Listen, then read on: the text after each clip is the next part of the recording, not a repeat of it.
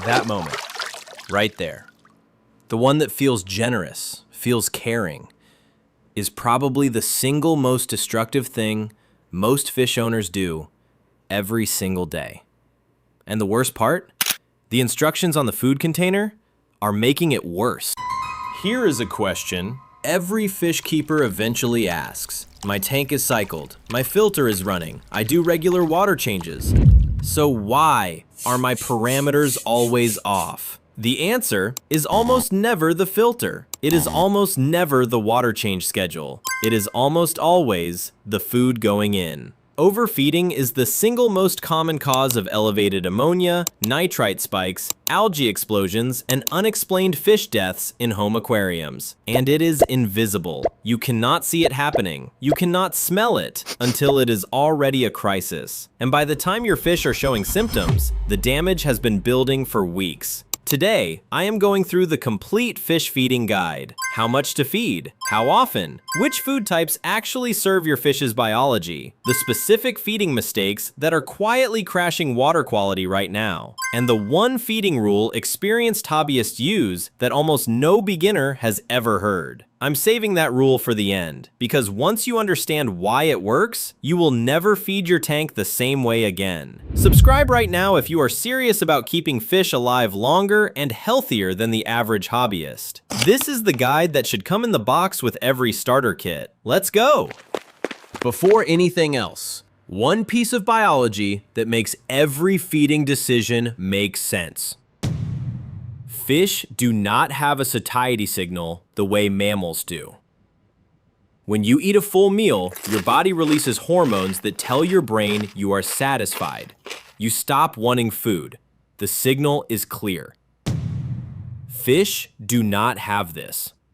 A fish will approach the surface and beg for food, whether it ate 2 minutes ago or 2 days ago. It will always look hungry. It will always act hungry.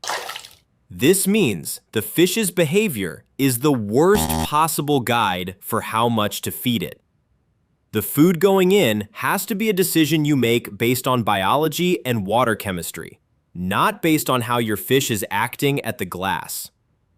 Keep that in mind through everything that follows. Part 1, the 2-minute rule, and why it is being used wrong. You have probably heard the 2-minute rule. Feed only what your fish can consume in 2 minutes. Anything left after 2 minutes is too much. This rule is correct, and it is being applied incorrectly in almost every tank I've seen. Here's how most people apply it. They drop food in, they watch the fish eat excitedly for 2 minutes, the food disappears from the surface, they assume it was all eaten. Done. Here's what actually happened.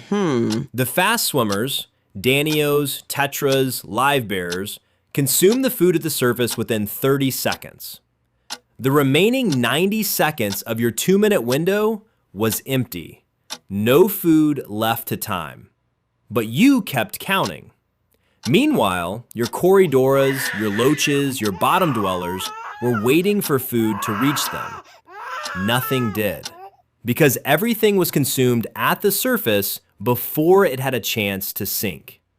And the uneaten food you did not account for, the tiny particles your fish could not find, the bits that drifted into the filter intake, the flakes that fell behind the decoration, those are now decomposing on your substrate. The 2-minute rule works, but you have to apply it correctly. The correct application? Add a small amount, watch carefully. Not for 2 minutes of eating, watch until the feeding frenzy slows down, until your fish are still hunting, but clearly not finding new food as easily. That transition point, usually between 60 and 90 seconds, is your actual signal. For tanks with bottom dwellers, add surface food first. Let the surface feeders consume it. Then add a sinking pellet or wafer directly to the substrate, where the bottom dwellers can reach it. Time those separately. The 2-minute rule is not a duration. It is an observation window. Part 2, Flakes versus Pellets. The format matters more than you think. Most beginner fish owners use flake food. Most experienced fish owners use pellets. This is not a coincidence or a preference. It is biology. Here is what happens to a flake the moment it hits water. Flakes are thin, porous, and highly water-soluble. Within 30 seconds of entering your tank, a flake begins leaching its water-soluble vitamins and nutrients directly into the water column. By the time a fish actually consumes it, if it consumes it, the nutritional content has already declined. More critically, any flake that is not consumed within 60 to 90 seconds becomes a suspended cloud of fine particulate matter that your filter cannot always capture. It breaks apart into microscopic pieces that pass through filter media, settle into your substrate, and begin decomposing immediately. A pellet works differently. A pellet holds its structural integrity in water for significantly longer, 3 to 5 minutes for most quality pellets. The nutritional content stays inside the pellet until a fish physically bites it.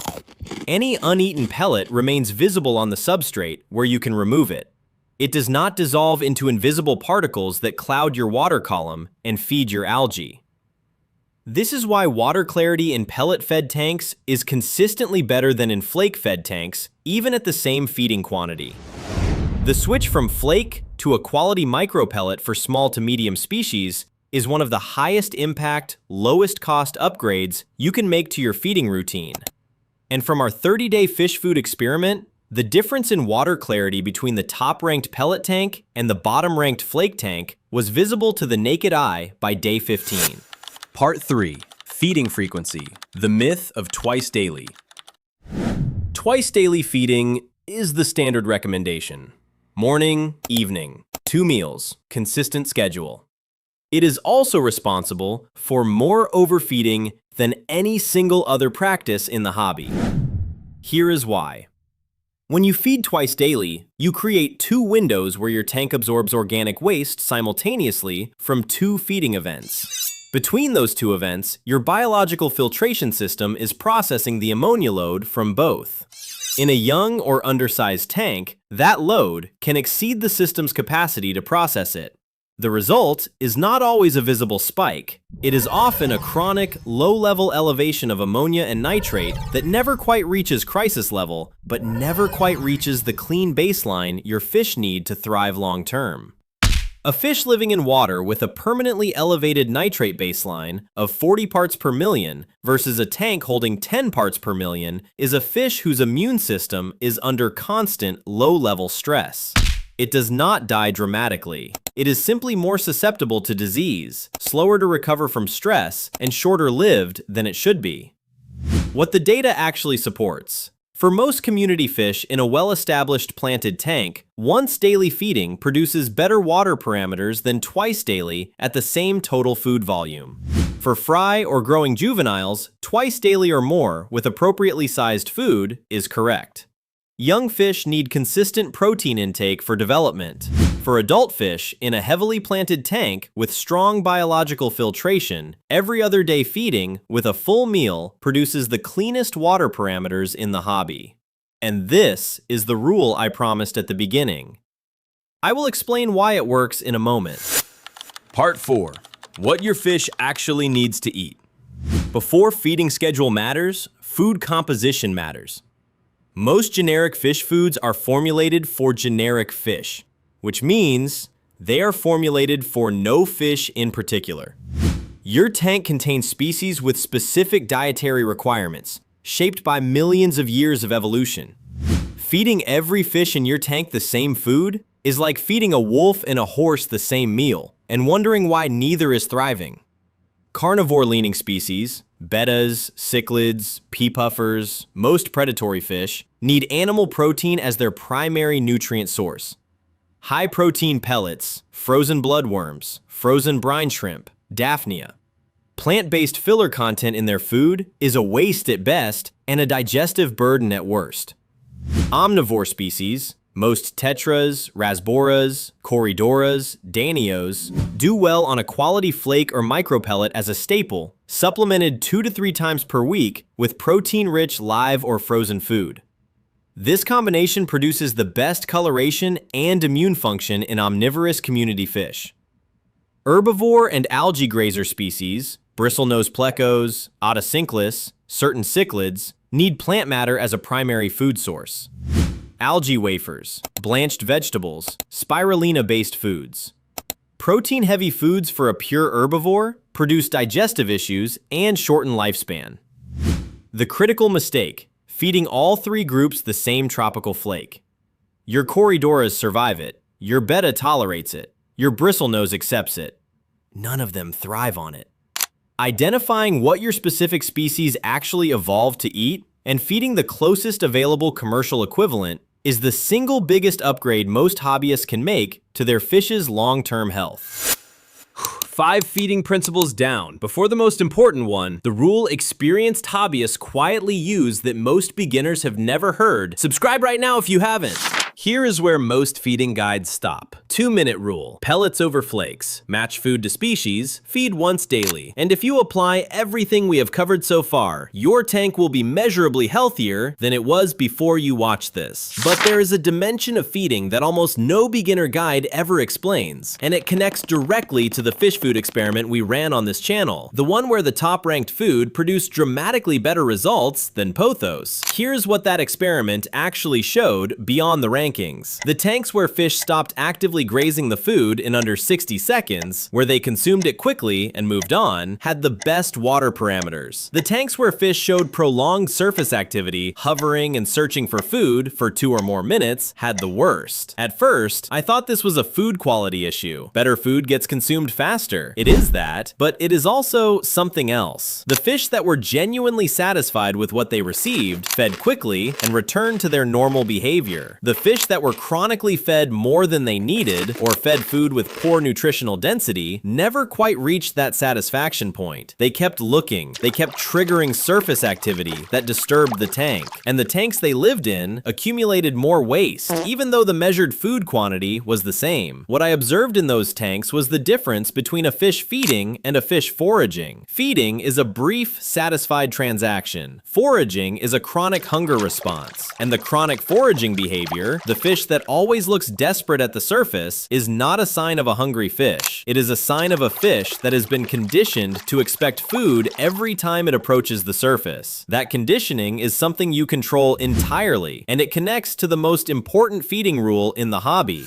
Part 5. The rule experienced hobbyists actually use. The feeding rule experienced hobbyists use, the one that produces the cleanest water, the healthiest fish, and the most active cleanup crews, is this: your fish should be slightly hungry most of the time. Not starving, not suffering, slightly hungry. This sounds counterintuitive, possibly cruel, and it is the exact opposite of what the food container's feed 2 to 3 times daily instruction is telling you to do. Here is the biology behind it. Every algae grazer, every cleanup organism, every scavenging species in your tank, Corydoras, Otocinclus, ammonia shrimp, nitrite snails, performs its biological role most effectively when it is motivated by mild food scarcity. An Otocinclus with a full belly from sinking pellets has no reason to graze the biofilm off your plant leaves. Why would it? It just ate. An ammonia shrimp that found a wafer 40 minutes ago is not investigating the glass for algae. It is sitting under a leaf, content. A bristlenose pleco that eats its zucchini slice every night on schedule will slowly reduce its glass grazing as it learns that scheduled food is coming. Remove the guaranteed food source. Create a mild, consistent food scarcity, and every organism in your tank returns to doing the job its biology evolved to do. This is not cruelty. This is ecosystem management.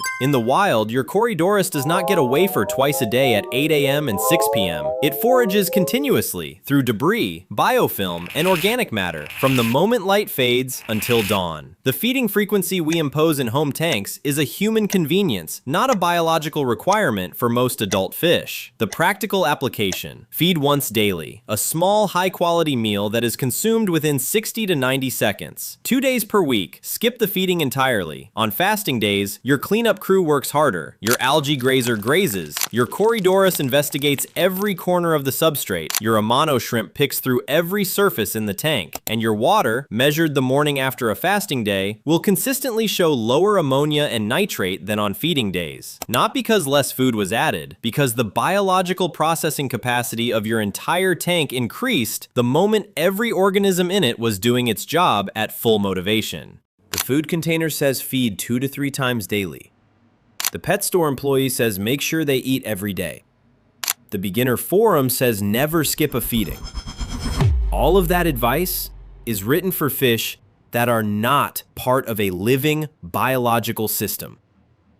Your fish is not living in isolation. It is part of an ecosystem. Bacteria, plants, invertebrates, algae grazers, every one of which is affected by how much and how often food enters the water. When you overfeed that ecosystem, you do not just stress your fish. You disrupt every biological process that keeps the tank stable. When you feed with precision, quality food, correct amount, appropriate frequency, scheduled fasting, you are not restricting your fish. You are managing an ecosystem, the way ecosystems actually function. In rivers, fish do not eat on a human schedule. Food availability varies. Hunger drives behavior. The biological processes of the water handle what fish cannot consume. In your tank, you are the ecosystem manager. The food going in is the single variable with the most direct impact on every other parameter in the water. Get that right, and almost everything else gets easier. Here's what to do before you feed your tank tonight. Check the food container. If it says flakes, consider switching to a quality micro pellet for your species. The difference in water clarity alone is worth it. Check your feeding frequency. If you are feeding twice daily, drop to once. Give it 2 weeks and test your parameters before and after. And on your next day off, skip the feeding entirely.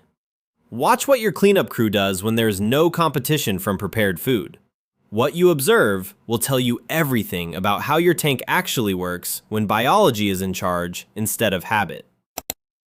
The links to the top-rated foods from our 30-day experiment are in the description below. Each one includes a note on which species it works best for, so you are not guessing.